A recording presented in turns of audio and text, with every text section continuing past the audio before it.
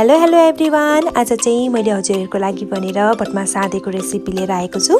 यो बनाउनलाई एकदम सजिलो हुन्छ भने टेस्ट पनि एकदम नै मिठो हुन्छ। भटमासमा चाहिँ धेरै मात्रामा प्रोटिन पाइन्छ, त्यसैले यो डिश हेल्दी पनि भयो। त्यसको लागि मैले सुरुमा लिँदै छु भटमास। 10 मिनेटसम्म राम्ररी भुटेपछि भटमास चाहिँ भुटिन्छ। त्यसपछि मैले चाहिँ भटमासलाई एउटा नाङ्लोमा लिएर मजाले दल्दै छु। यसो गर्दा चाहिँ भटमास र भटमासको बोक्रा छुट्टिन्छ। हजुरहरूले पनि यसै गरी नै लिनु होला। सान्नको लागि मैले लिएँ टमाटर अनि प्याज हाल्दै छु। त्यसमा राखेँ मैले लसुनको पत्ता, हरियो खुर्सानी अनि लसुनलाई।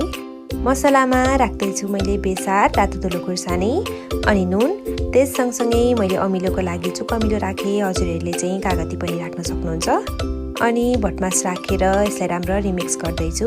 मिक्स गरिसकेपछि चाहिँ मैले राखेँ धनिया राखेपछि हाम्रो भटमास साधेको रेसिपी तयार भएको छ। हजुरहरू पनि बनाउनुहोस्, खानुहोस्, इन्जोय गर्नुहोस्। अनि हजुरहरूको थोरै माया र सपोर्ट मागेको छु। मलाई लाइक, सेयर अनि सब्सक्राइब गरिदिनु होला। Thank you.